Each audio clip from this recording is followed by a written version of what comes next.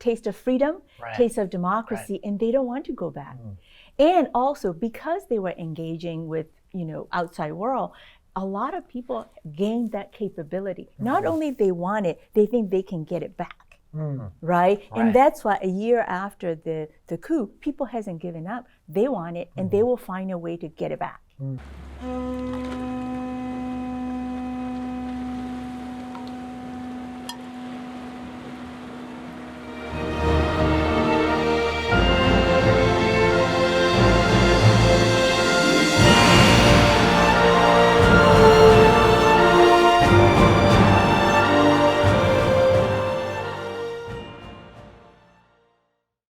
Aloha and Minglaba to our guest today, Dr. Miemie Wynn Byrd. She is an expert in U.S. Myanmar relations, and she's a professor here at DKI APCSS. Ma'am, welcome to our podcast. Thank you for taking the time. Oh, thank you. Thank you for having me. Well, I think what is of interest to me personally is that you are a U.S. Myanmar expert, but you were actually born in the country.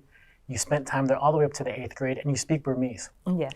Tell us a little bit more about what was it like growing up in Myanmar? Yeah, when I was growing up in Myanmar, right, Myanmar was a socialist country. So, and it was very much isolated. So I have it was rare I have met or seen white people or, or Black even, right? So it was really amazing when I came to, United States. It was just, it was just a totally different culture, different people. Right. They look different. And I have never seen a television. Really? When I left Myanmar. The first time I saw television was in Bangkok airport. Really? Yeah, so it was so, we're so backward at the time, and we get like radio. Radio had like those vacuum tubes, and we get radio programming maybe like once or twice a week type of thing, So how did you entertain yourself? Oh, well, we have, just like human has, entertained themselves before, right? We play a lot with the other kids, we make up games because we don't have ready-made toys like so we have to use a lot of imagination. So, we will listen to the radio song and then we will sing together, singing, we will dance, that type of stuff.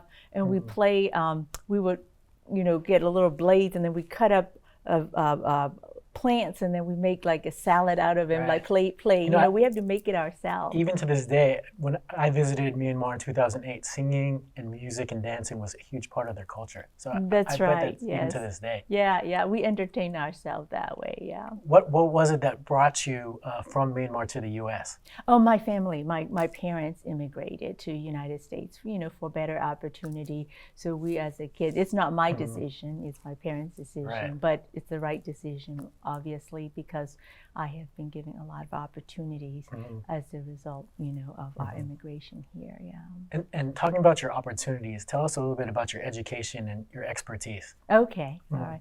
Well, I went to, as I was about to go to, a university, right? It was 5 years after, right?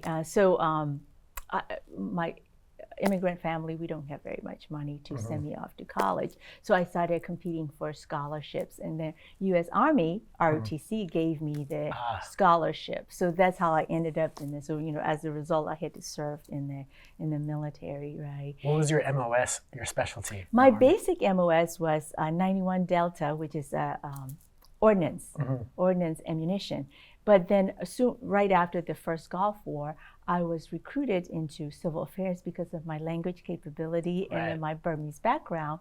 So I was, pulled into a special ops. So I've been, pretty much until I retire, I stayed as a civil affairs officer. 28 years, right? Yeah, 28 years. Yeah, that's a long time of service. Thank you for that. You're welcome. Well, I think that I have gained more from my service to, in the military than I think I was able to give because of, it's just opportunities. Like back to you were talking about education, right? All my degrees were paid for by the military. So my undergrad, my master's, my doctorate, my doctorate was paid for by the GI Bill. So if it wasn't for the military, U.S. Army giving me all these opportunity in education, I wouldn't have been able to do that. That's amazing. It's very expensive, right? Education. While you're getting your education and you're traveling with the Army, I'm sure you're going all over the place. What were your thoughts about your home country, your birth country of Myanmar? Mm-hmm. Like, what was happening there? What were your thoughts and feelings about Myanmar? Well, up to 1988, I hadn't thought much about it because I was a kid. I left, and I was struggling, trying to fit into this, this new culture, new country, right? And as like every kid's, right, I just want to be an American. I don't want to be different, right? So you're trying to assimilate. You're too busy with that. And then I was, it's after advanced camp. It's a summer between junior and senior year. After advanced camp, I got an opportunity to do it. They call it CTLT, like an internship, cadet troop leadership training. So they ended up sending me to Korea for 5 weeks. It was August 1988, and while I was there, the whole in Myanmar, in Burma, was the uprising, 88 uprising. So I saw it for the first time, and it and people knew that I was originally from Burma, so they go, Miemie, come and look at it, and that was the first time I started to think about Burma again, a different, and then also at the same time, South Korea was transition, that was right as they're preparing for their Seoul Olympics, that's kind of like coming out, right? So, I was just thinking about Korea transitioning to, full democracy, and then there's Myanmar still struggling, right? And now looking back, right, how Korea has become the first world nation, right, and Myanmar still struggled. So it's very sad to see, the two country kind of similar situation, but now one has progressed and one still stagnant. Well, in talking about Myanmar's progress, so just recently, Biden's administration released the Indo-Pacific strategy, right? And there's a lot of familiar policies that are in there: free and open Indo-Pacific, prosperity, security. And when we're talking about Myanmar, from your expert opinion, how far or what does Myanmar need to do to advance in those directions? Right. Well, Myanmar was in transition to democracy, right, for past 10 years before the coup, and it liberalized its economy. It had some level of democracy, representative political system, and that was the time Myanmar saw unprecedented economic growth and advancement. Right. It had never seen that under the regime, and now, after right now. You mean post after Aung San Suu Kyi was released in 2010? Right. Yes. Right? Yes. She was released in 2010, and then Myanmar truly tried to practice democracy in that unprecedented growth. So we can see kind of almost like a natural experiment going on. The authoritarian regime, and versus the democracy, right? And you can compare them right there in Myanmar, and which one grow faster. Right. So, that's the, I think that evidence, in our lifetime that we can see what the open system, open and free and open Indo-Pacific can do. The 10 years of experiment, right? I think you actually called it disciplined democracy. Yeah, they call it discipline. They call it disciplined democracy. Nevertheless, it was, different, right? It was not authoritarian. Yes, it's not exactly like our system, but still, it still has many component and features of democracy. In your engagements with, I'm sure with DKI APCSS or other engagements you have in your personal expertise with the country, what were some of the benefits you saw firsthand in Myanmar? The opening? Yeah, the opening,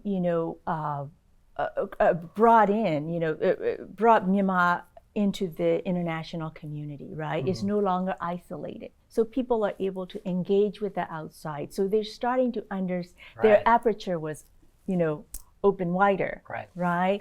And that also playing out to post-coup, after the coup right now, that 10 years of engagement has really give people different mindset, right? They really tasted the taste of freedom, taste of democracy, and they don't want to go back. And also because they were engaging with, outside world, a lot of people gained that capability. Not only they want it, they think they can get it back. right? And that's why a year after the coup, people hasn't given up. They want it, and they will find a way to get it back. And in that particular thing, what I found interesting was the women. Right? Because under the military regime, women lost a lot of their rights, right? They were marginalized because it's a male-dominated, structure, like military regime. But so, during that opening, women got a lot of opportunity, and also a lot of the Western aid coming in had a lot of women empowerment feature to it. So women were educated, given opportunity, their capability and capacity got strengthened and increased. So in this coup, post-coup environment, 65% of the resistance forces are made up of women. I didn't know that. Yes, because they know they have more to lose. Wow. And you also talk about Generation Z and their response to the military coup last year. Tell me about who are Myanmar's Generation Z and what's their role? Right. Well, Generation Z grew up, right? They grew up during this opening, right? So they are digital natives. They're very much technological savvy, and they are engaged with they grew up engaging with the world. Right. I saw, I didn't verify the statistic, but I saw something that Myanmar went from 1% with access to the internet to somewhere near half. Right, that's right. And it seems like this is the group that got the internet. And even grew up with the internet. Right, and even when I'm sure you saw that video of the girl doing the exercises and the coup happening in the behind. Right. I mean, doesn't that tell you a little bit about how this country has advanced in these 10 years, right? Right. In that 10 years, before the opening, I think only like less than 10% had access to telephone, right? A cell phone. And then, it went from like almost 70 to 80% had cell phone, right before the coup, and even right now too. And you will see like little vendor, right? The beetle nut vendor, right, with the little thing, but they will have like the smartphone. Is it Facebook? Because I saw something that said that Facebook is the big social media tool for. Right. Because they came online, and then Facebook was becoming very popular, so everybody got onto Facebook. So in many ways, they think that internet is Facebook. Ah, really? Yes. When you think about internet, they just think of Facebook. Okay. So they think it's synonymous with Facebook and internet. And you touched upon this a little bit already, but my question is, we have the coup that happened last year, February 1st, and so how is this different or the same from what we experienced pre-2011? I mean, you mentioned that these people have new perspectives. And new capabilities. Right. So how is this playing out in the last year? Right. How are they responding? Right. So, I've been asked that question a lot. How is it different? And in many ways it's different. And we cannot look at the history as an indicator of what it will be, how it will turn out. Because initially when the coup occurred, many people, including a lot of the, Burma watched, the military will, take it back. And up to today, military has unable to get control of the entire country. Right. Because you called it Myanmar's U-turn in your last article, right? That's right. And so my question was, is it a complete U-turn all the way back? So it sounds like they're trying to go completely back, but the capabilities, like you're saying, prevents them from taking complete control. Right, that's right. So that's what the military want, is the U-turn. They try to do the U-turn, but people are not allowing them to do it. Right. And then back to saying, like, because of the opening, right, they have more capability, they have more capacity, right? So they're innovating, even though they don't have the firepower, right, the military brutality, against the military brutality and use of firepower, they were able to get around it and with a variety of way, right? How are they doing that? So, for example, CDM, right, that you hear CDM, a civil disobedience movement, that crippled the military completely. All the civil servants, like 90% of them left their job, right? So then they come to, the military couldn't operate the bureaucracy. They have the incapability to respond with violence in that sense, right? Right. So you're saying it's another way around. Right. What they only have left is the violence. That's all they're left with, and that's why they're using it. You know, that their strategy. The only element left in their strategy is the violence, right? To create fear. Right. But the people, more they kill, they use brutality. People, instead of being fearful, they get more, committed. Their resolve grew for the injustice, and that their voices have been overturned. Their wishes have been overturned. So people get more committed, actually, and which is in line with what we, in our U.S. military, we talk about coin strategy, right? You want to win hearts and minds, but you don't win hearts and minds by, being brutal to the people, right? So it has, we always say, like, if you kill one terrorist and their family, you can grow, 10 more, right? So same thing in this thing, the same principle apply in Myanmar. So more they kill the civilian, innocent civilian, these young Gen Zs, more people got committed to we're going to, for once and for all, we will root the military out. Because in '88, they didn't do it. In 1991, they couldn't do it. So this time we are going to do it. And they are very much committed to that. Right. And then, like I was saying, also second piece is the diaspora. Myanmar diaspora across the globe has now they are mobilized. So many years are also brutality in the ethnic area. Many of the minority ethnic group has to flee as refugees, right, to different countries. Now they're doing very well. They're educated and they're doing very well. Yeah, I was not a refugee, but educated and right, well. And a lot of capability. So they are going, and because of the ICT, communication, information communication technology is a lot more adopted. So these people are able to utilize that ICT to talk back to the people, the inside, and providing that needed technical advice, right? That knowledge and networks, knowledge networks and funding to the people. And these diaspora, their military has no way to touch them, right? They're out of their reach, right? And as the result, the international community is, they've been able to mobilize the international community. So every time something happened in Myanmar, real time gets spread all over. And these diasporas are making sure, the diaspora communities are making sure that. Where are they? Are they primarily in one region? No. I guess they must be everywhere. Well, I would say Africa, not too many in Africa or South America, but they're in like North America, they're in Australia, New Zealand, Europe, all over, right? So they from there, they are supporting. And every community, I know for sure in U.S. the Myanmar community in the U.S. every weekend they have some type of fundraising. Wow. They are demonstrations, right? And then also they are lobbying the Congress, right, to pay attention to. That was actually one of my questions, which is, the center, our mission is to educate, connect, and empower. And so, what can the international community do? Which you mentioned a few of them there.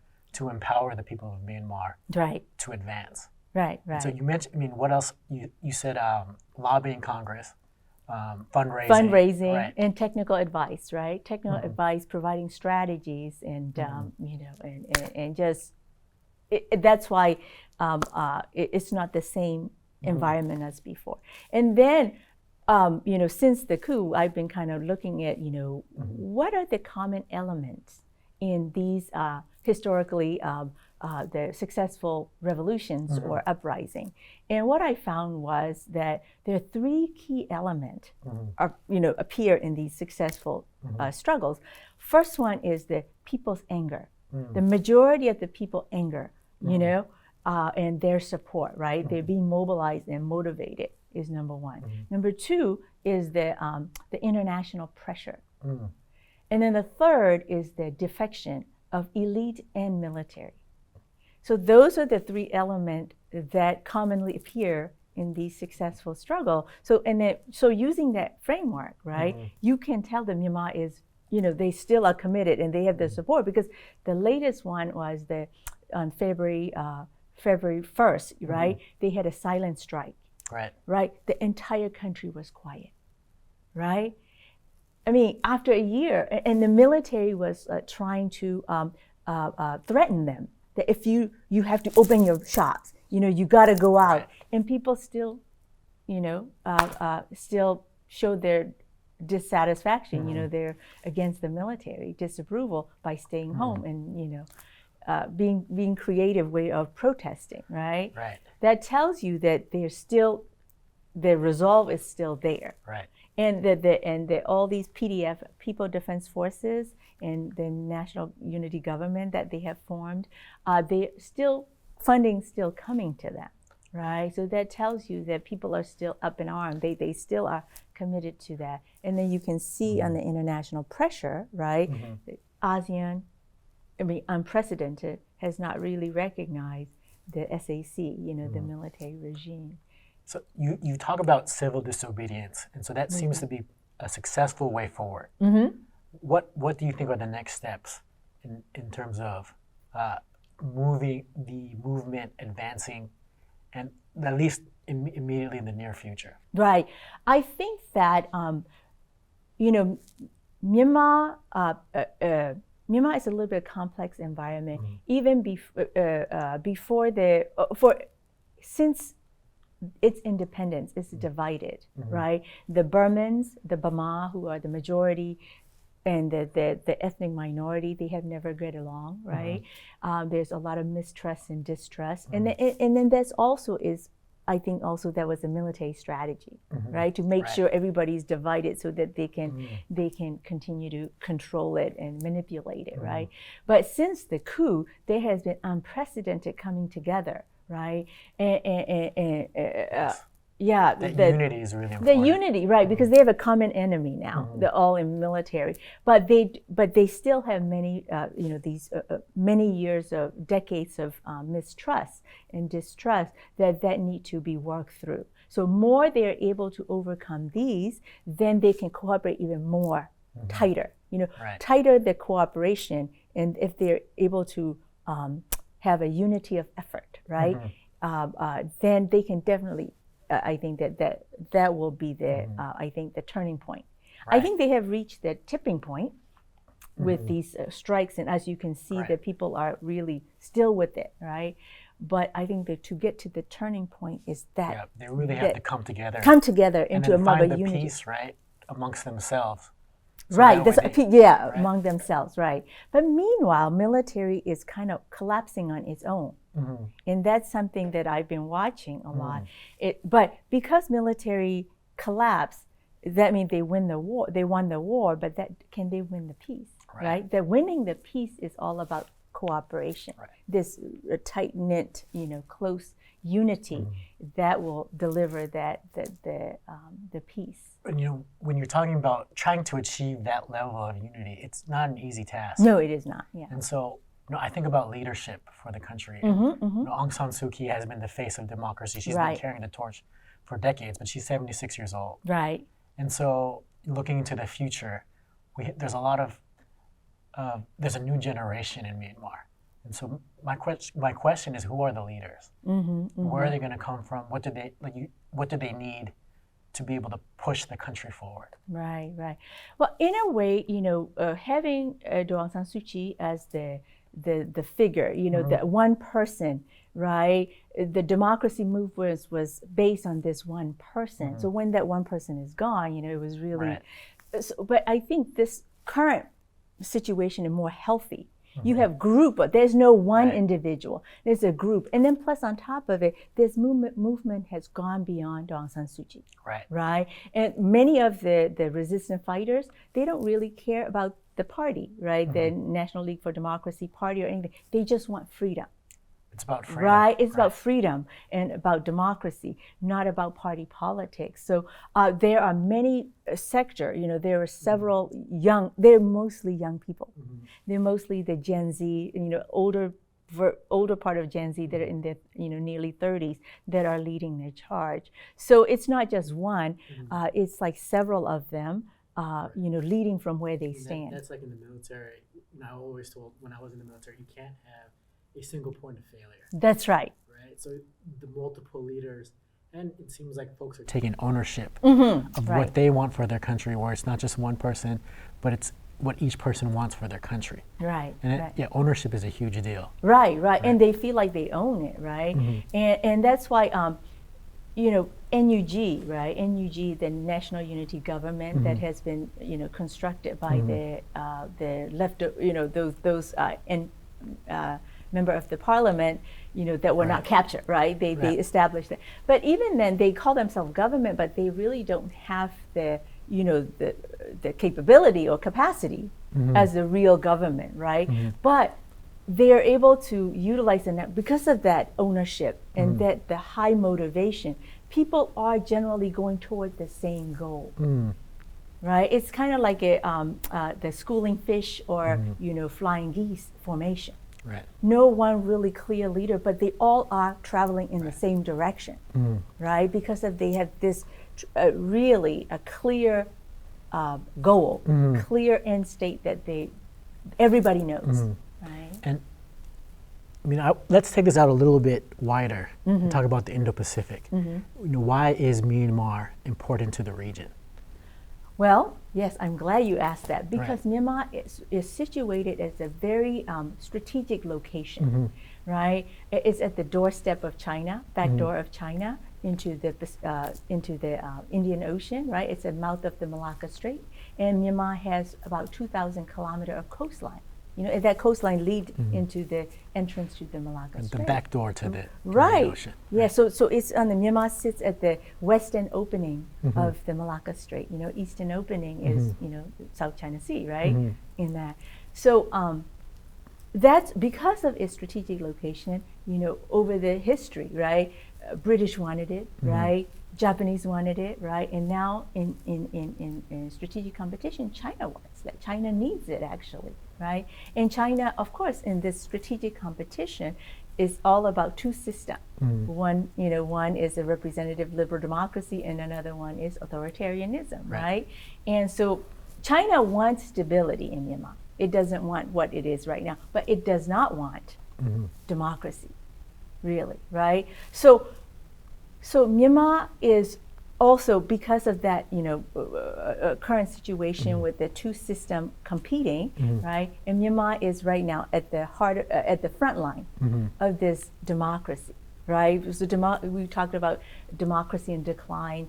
And Myanmar is a peril. It's in peril, right? So, but the good news is that 99% of the people want democracy. Unlike its neighbors, some of the neighbors, there was a huge swath of people that like the current system. They don't really want true democracy.